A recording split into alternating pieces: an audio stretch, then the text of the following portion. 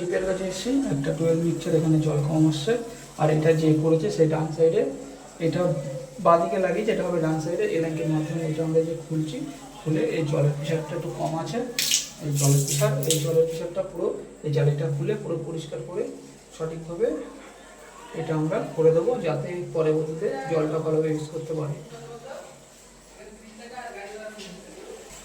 বন্ধুরা, এই যে আমরা খুলছিলাম এই জালিটা, আর এটা আমরা ঠিক করে দিচ্ছি। এটার মধ্যে দেখুন কি পরিমাণে এই কাঁচরা আছে, নোংরা জমা হচ্ছে জল আয়রনের জন্য।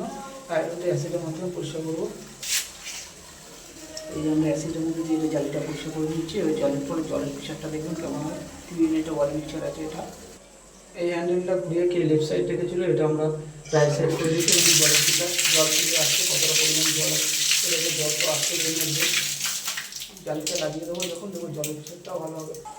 সম্পূর্ণ লাগানো কমপ্লিট হয়ে এবং জলের প্রেশার কি জলে জল করতে জলের প্রেশারটা খুব জলে পুরো পরিষ্কার করে দিয়েছি আমরা। জলের পরিষ্কার হয়ে গেছে এরকমভাবে। এরকম যদি কারো কোনো অসুবিধা হয়, যদি আপনারা চেষ্টা করবেন।